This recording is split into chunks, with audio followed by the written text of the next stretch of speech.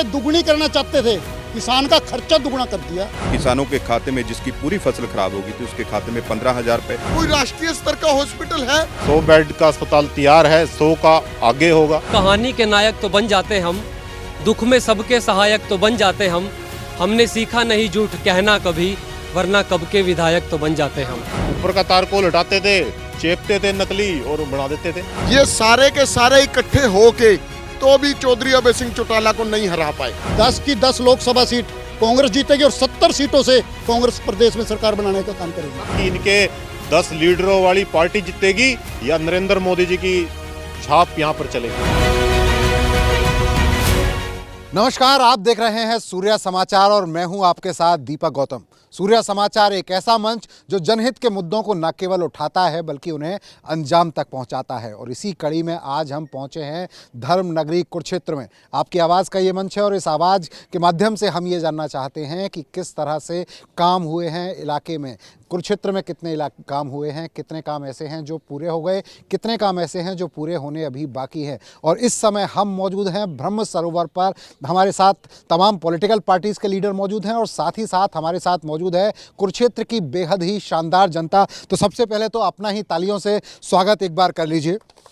और अब हम बात करते हैं कि हमारे साथ जो पॉलिटिकल पार्टीज़ के लोग हैं वो पॉलिटिकल पार्टीज़ के लोग कौन कौन हैं। हमारे साथ कांग्रेस से हैं सुरेंद्र सैनी जी जो कि कांग्रेस की तरफ से अपना पक्ष रखेंगे। भारतीय जनता पार्टी से हमारे साथ दीपक चौहान हैं जो कि भारतीय जनता पार्टी की तरफ से अपना पक्ष रखेंगे। जेजेपी से हमारे साथ हैं जसविंदर जी जो कि जेजेपी की तरफ से अपना पक्ष रखेंगे। इनेलो की तरफ से हमारे तरफ पास हैं ओंकार सिंह जी और आप से हमारे पास हैं सुमित हिंदुस्तानी जी जो आम आदमी पार्टी की तरफ से अपना पक्ष रखेंगे। तो चूंकि सत्ता में बीजेपी है तो सबसे पहले भारतीय जनता पार्टी से पूछते हैं कि आखिर लंबे समय में कितने काम कुरुक्षेत्र में हुए हैं, कौन से काम ऐसे जो पूरे हो गए और इनके हिसाब से कौन से काम ऐसे जो अभी होने बाकी हैं।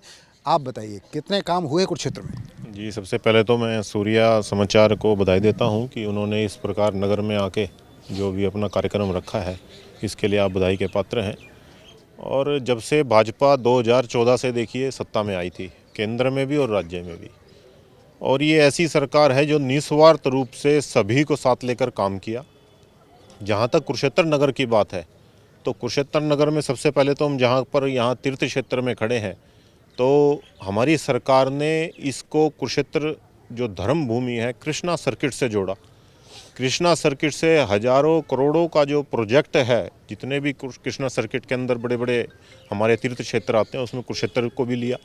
ज्योतिसर में महाभारत थीम, ब्रह्म सरोवर का जीर्णोद्धार, यहाँ पानी की व्यवस्था बहुत ही गंदा पानी आता था। गीता जयंती को अंतर्राष्ट्रीय स्तर तक पहुँचाया, जो कि यहाँ पर पुरानी सरकारों में क्या था, कोई 2 लाख बजट देता था, कोई 10 लाख बजट देता था। अब उस बजट को करोड़ों तक ले गए। करोड़ों लोग यहाँ देखने के लिए आ रहे हैं। तो अपने आप में एक भव्यता और सरकार के काम पे जनता का विश्वास। 5 साल के बाद हमें दोबारा सत्ता में बिठाने का मौका मिला।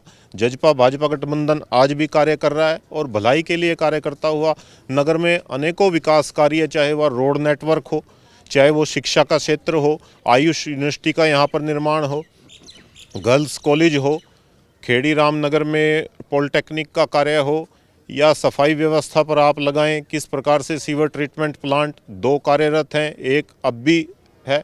और सबसे बड़ा आपने यहाँ देखा होगा और पूरी जनता उसके मध्य से निकल के जाती है, एलिवेटेड ट्रैक।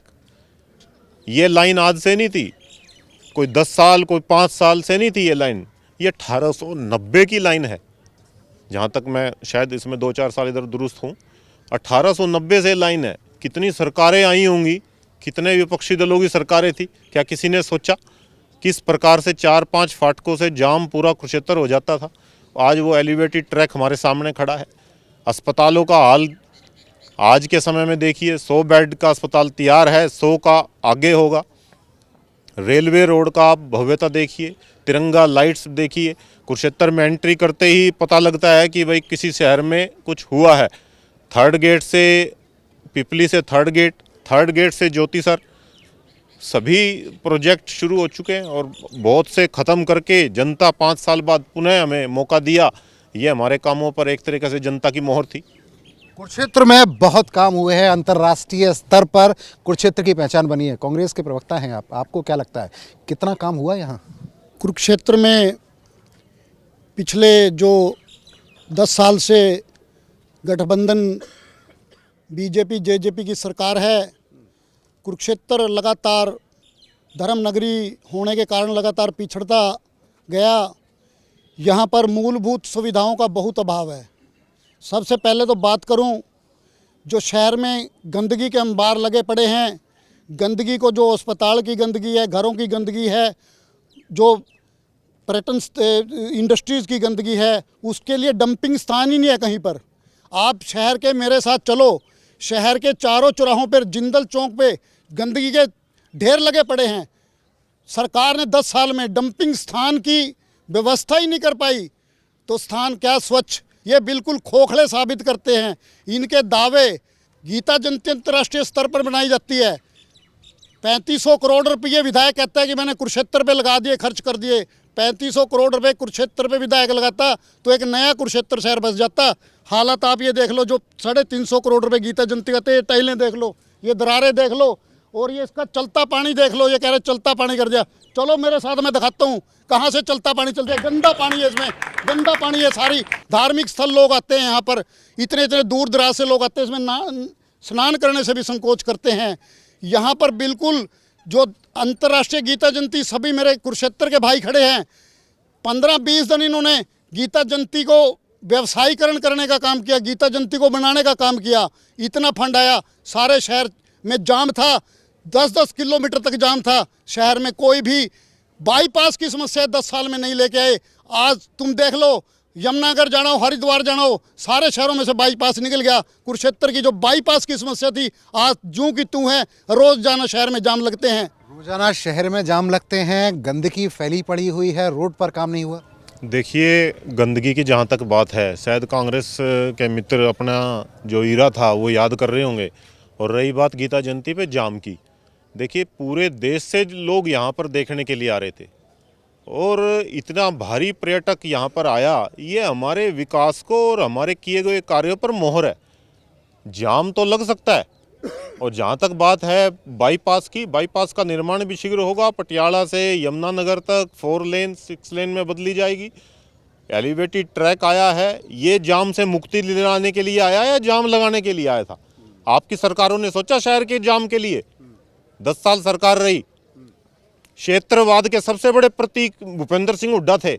क्या किया है क्षेत्र? ये तो कह रहे हैं कि जाम के लिए आपने कभी नहीं सोचा। अब तो अंतर्राष्ट्रीय स्तर पर गीता जयंती के लिए जितने भी यहाँ पर कांग्रेस सरकार ने काम किए, चाहे वो जिंदल पार्क बनाने का काम हो, शहर को 4 लेन करने का काम हो, NIFD यूनिवर्सिटी खोलने का काम हो, जितने भी प्राइवेट इंस्टीट्यूशन, चाहे वो पॉलिटेक्निकल कॉलेज हो, चाहे वो सरकारी कॉलेज हो, ये कांग्रेस की देन है। इन्होंने तो रोजगार को नष्ट करने का काम किया। बच्चे अपनी जमीनें घर बार बेच के बाहर जा रहे हैं, रोजगार नहीं मिल रहा है। कौशल रोजगार में भर्ती कर रहे हैं, जो रोजगार देना था रोजगार दे नहीं रहे, बच्चे अपने घर बार बेच के बाहर जा रहे हैं। बेसिक जो सुविधा है, बेरोजगारी, ये जो बेरोजगारी बढ़ी है, ये केवल बीजेपी सरकार में बढ़ी है या कांग्रेस सरकार में भी थी थोड़ी बहुत? कांग्रेस सरकार ने बिल्कुल उचित लोगों को यथासंभव जितनी नौकरियां 2 लाख 10 लाख जितनी भी देने का काम किया। इनके राज में देख लो कितनी नौकरियां, कोई युवा रोजगार लगाओ।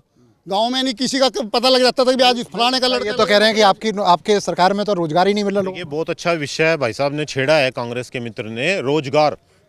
इनकी सरकारों में तो नौकरियां बिकती थी। इनकी सरकारों में लिस्टें नौकरियों की CM के घर में रिश्तेदारों के यहाँ तय होती थी। ये रोजगार पे बात करेंगे हमारे साथ? ये बिना खर्ची के सरकार नौकरियों को दे रही है। क्या हरियाणा कौशल विकास निगम बनाकर सरकार ने ये पर्चियों का सिस्टम और ये दलाली के सिस्टम बंद नहीं करे?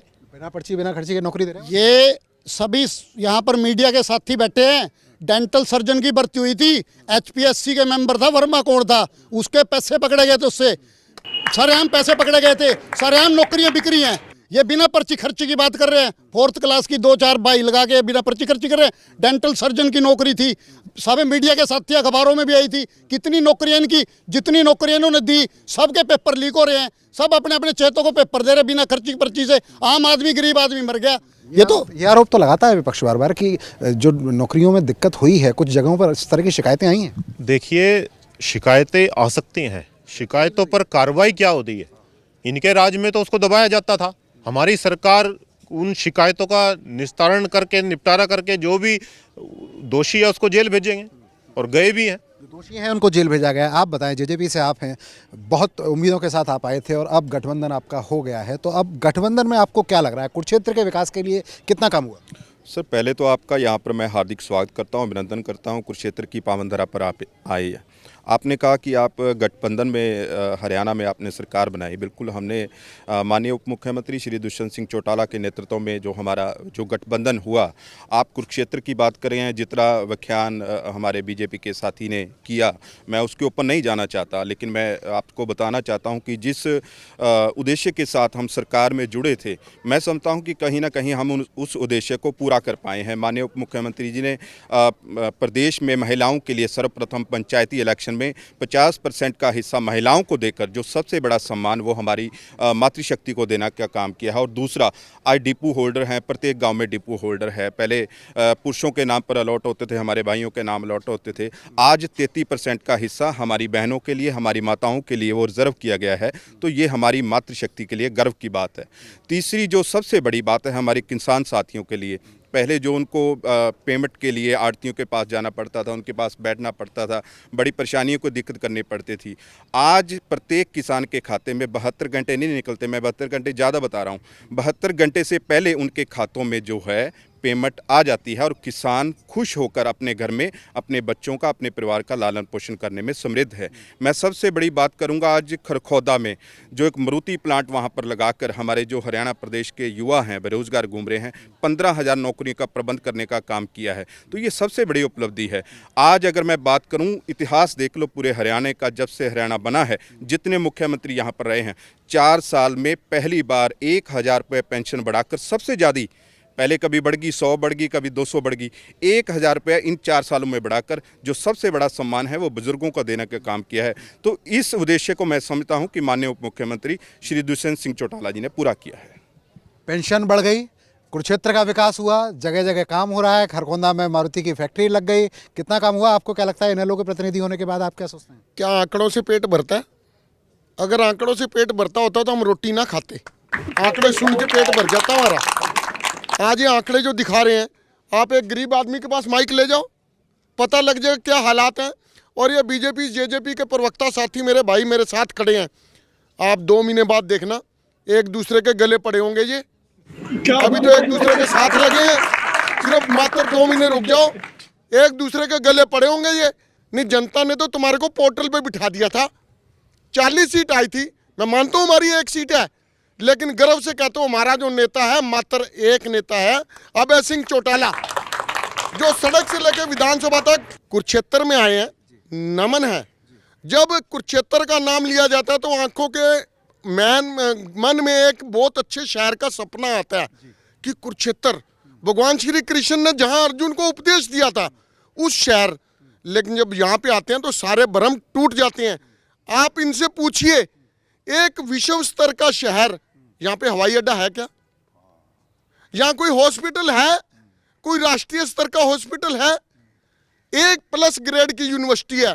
यहाँ के बच्चे यहाँ से पढ़कर यहाँ नौकरी कर सकते हैं।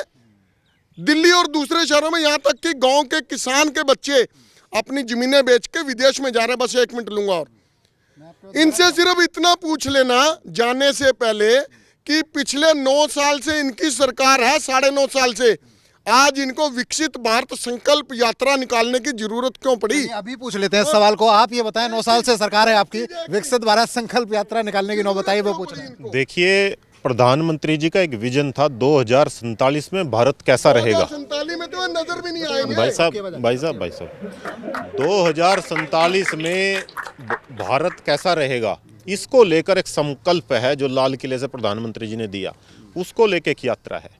कोई भी समस्या है किसी भी तरह की सरकार आपके द्वार एक तरीके से जाके, मैं अभी संकल्प यात्रा से ही होके आ रहा हूँ, मौके पर सैकड़ों शिकायतों का मौके पर निस्तारण किया। और जहाँ ये बात करते हैं तीर्थों की, धर्म भूमि की, इनसे ये तो पूछें भाई, ये जो इनका राज था इन लोगों का, तो कुरुक्षेत्र में गीता जयंती को कितना फंड एलोकेट करते थे? ये 2 लाख रुपए मात्र। बता दीजिए, आप ही बता दीजिए कितना फंड अलॉट करते मैं बताता हूँ, 100 रुपए पेंशन लगाई थी चौधरी देवीलाल जी ने, आज कितनी हो गई? आज 3000 होगी। लेकिन उस टाइम के 100 रुपए की वैल्यू देखो 10,000 रुपए होगी।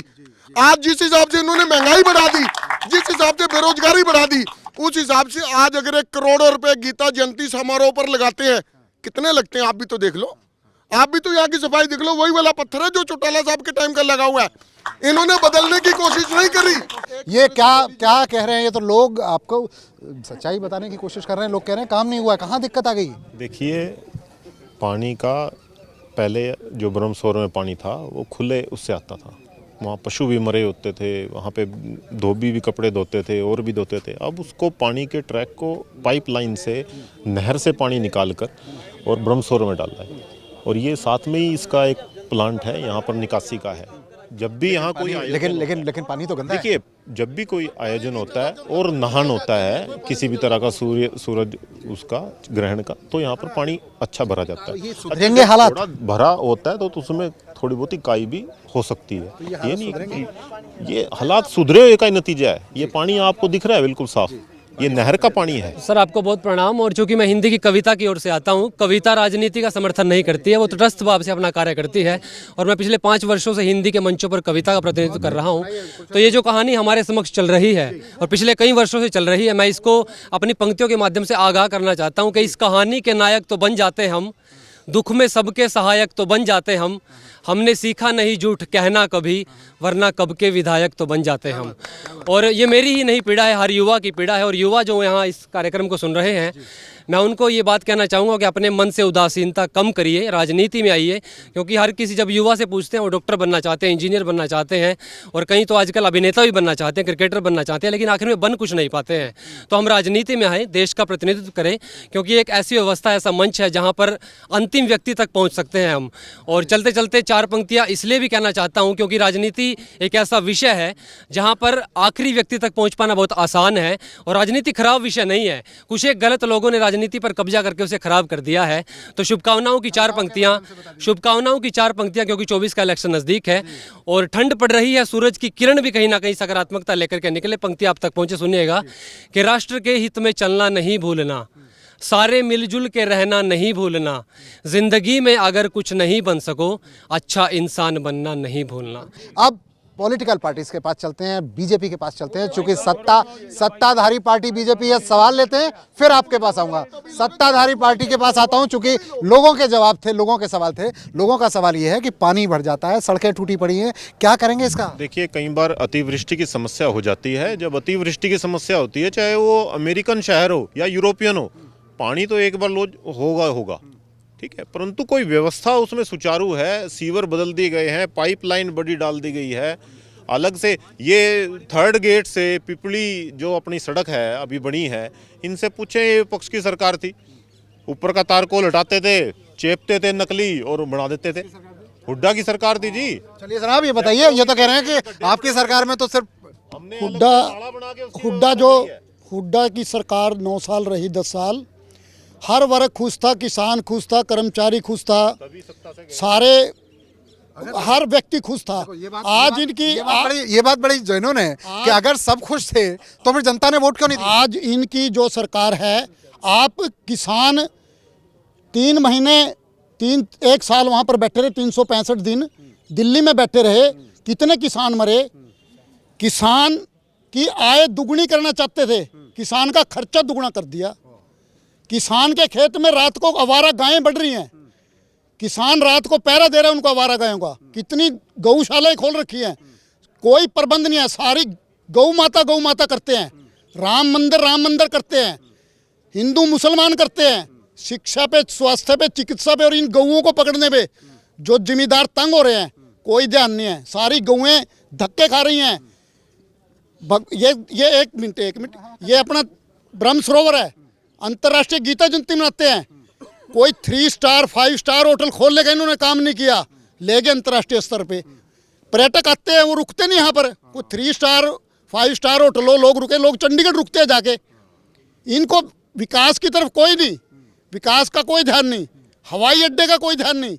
एलिवेटेड ट्रक कहते हैं बन जाएगा, मालगड्डी तो फिर भी नीचे से चलेगी, मालगड्डी को ऊपर से थोड़ी चलेगी। तो चाहिए होगी चलने के लिए, सड़क तो चाहिए होगी। आप बताइए, आप क्या कहेंगे? सवाल आपने सुन लिए। नहीं, देखिए, मेरे मित्र ने बड़ी बातें बड़ी बड़ी कही कि कांग्रेस ये और वो। मैं इनसे एक ही बात पूछना चाहता हूं कि जब कांग्रेस का टाइम था, किसानों को 7 और 5 रुपए के चेक इन्हीं लोगों ने बांटे थे।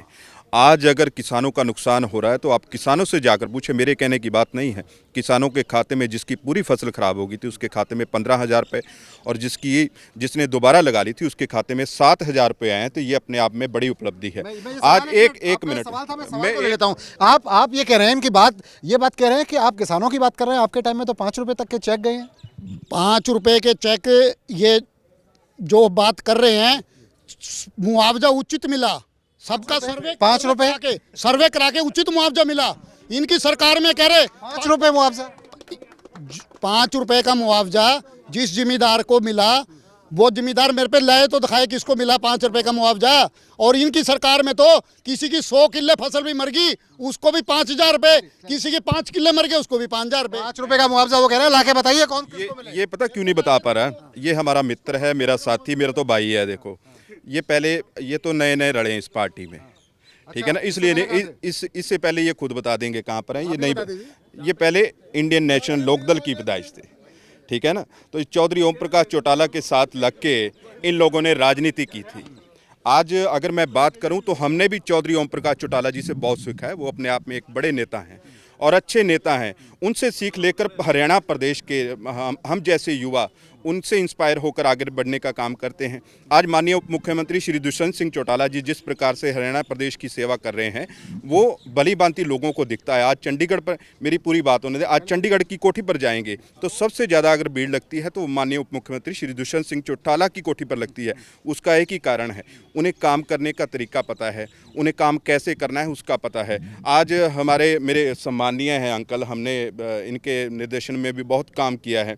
ये कह रहे थे कि किसान आंदोलन में ये हुआ वो हुआ। मैं इनसे पूछना चाहता हूं कि एलनाबाद की सीट पर इन्हीं के नेता जब 20,000 वोट से पहले जीते थे तो जब ये बाई इलेक्शन हुआ तो वो 4,000 पर क्यों जीते? बताइए साहब, ये 4,000 से क्यों जीते? 20,000 और 4,000 के कारण बिल्कुल बताऊंगा। ये सारे के सारे इकट्ठे होके तो भी चौधरी अभय सिंह चौटाला को नहीं हरा पाए, तो भी वो जीते। और दूसरी बात, जब वो पहली बार जीते थे तब उनका मार्जिन और अब का मार्जिन, तब की उनकी वोट और अब की वोट, 9,000 वोट फालतू ली उन्होंने। इन सब ने इकट्ठे होकर लड़ा। ये दुष्यंत चौटाला जी की बात करते हैं, वो मेरे बच्चे के समान है। लेकिन इनसे ये पूछना, दुष्यंत चौटाला पौध किसकी है? उसको पहली बार एमपी किसने बनाया? इंडियन नेशनल लोकदल ने पहली बार एमपी बनाया। अगर उस वक्त चौधरी अभय सिंह चौटाला जी उसको एमपी की टिकट ना देते, आज दुष्यंत चौटाला सीएम तो क्या पंचायत मेंबर भी ना होता। अब चूंकि 2024 में हम चल रहे हैं और कुछ महीने बचे हैं लोकसभा चुनावों के और इसी तरह कुछ महीने बचे हैं विधानसभा चुनावों के, तो अब मैं अंतिम सवाल लेता हूं तमाम पॉलिटिकल पार्टी से कि 2024 में ये किन मुद्दों को लेकर जनता के बीच में जाएंगे और किस तरह की उम्मीदें इन्हें हैं, क्या रहेगा इनका। तो सबसे पहले शुरुआत कांग्रेस से ही कर लेते हैं। जनाब, 2024 चल रहा है, चुनाव कुछ दिन बाद, बताइए किस तरह की स्थिति, किन मुद्दों को लेकर जाएंगे? पब्लिक के विकास के मुद्दे, रोजगार के मुद्दे, शिक्षा चिकित्सा के मुद्दों को लेकर कांग्रेस पार्टी 2024 के लोकसभा और विधानसभा चुनावों के लिए पूरी तरह तैयार है। 6,000 रुपये बुढ़ापा पेंशन, 500 रुपये घरेलू गैस सिलेंडर, 100 गज के प्लाट जो कांग्रेस सरकार ने गरीब आदमियों को देने का काम किया था, इस जेजेपी सरकार ने उन गरीब आदमियों के हकों पर डाका डालने का काम किया। वो स्कीम बंद करी, उसको दोबारा 100 गज के प्लाट गरीब आदमी को देंगे, उन पे 2 कमरे बना के देंगे, टंकी रख के देंगे। और ओपीएस स्कीम जो कर्मचारियों की बहुत लंबित मांग है उसको पहली कलम से लागू करेंगे। और जितने भी कल्याणकारी कार्य है, शिक्षा पे, चिकित्सा पे, रोजगार पे ज़्यादा फोकस करेंगे, क्योंकि हमारे युवा आज जो हमारी देश की क्रीम है वो तो बाहर जाके बैठ गई। क्या रहेगा 2024 में? 2024 में 10 की 10 लोकसभा सीट कांग्रेस जीतेगी और 70 सीटों से कांग्रेस प्रदेश में सरकार बनाने का काम करेगी। 70 सीटों से सरकार। आप बताइए 2024 को लेकर आप क्या सोचते हैं, किन मुद्दों को लेकर जाएंगे? देखिए, कांग्रेस पार्टी नेतृत्व विहीन, दिशाहीन पार्टी है। इसके पास ना तो कोई नेतृत्व है, ना ये देश को कोई दिशा दे सकते। और रही बात लोकसभा चुनाव के, भारतीय जनता पार्टी अभी हाल ही में हुए चुनाव में 2 राज्यों में इनकी सत्ता थी और इनके जो ये वादे यहाँ गिनवाए जा रहे हैं वो वादे वहाँ भी गिनवाए गए थे और जनता ने उनको नकार दिया, हरियाणा के अंदर भी। और जब लोकसभा चुनाव आएंगे 10 की 10 सीटों पर भारतीय जनता पार्टी विजयी होगी जनता के आशीर्वाद से और जनता का भला करेंगे। जब हरियाणा के चुनाव आएंगे तो हरियाणा के चुनाव में भी इनको पता चल जाएगा कि इनके 10 लीडरों वाली पार्टी जीतेगी या नरेंद्र मोदी जी की छाप यहाँ पर चलेगी। नरेंद्र मोदी जी छाप चलेगी क्या? आप बताइए 2024 चुनाव पास में किन मुद्दों को लेकर जाएंगे और क्या रहने वाला है? सर, चौधरी देवीलाल जी की विचारधारा को लेकर माननीय उप मुख्यमंत्री दुष्यंत सिंह चौटाला जी हरियाणा प्रदेश के लिए काम कर रहे हैं।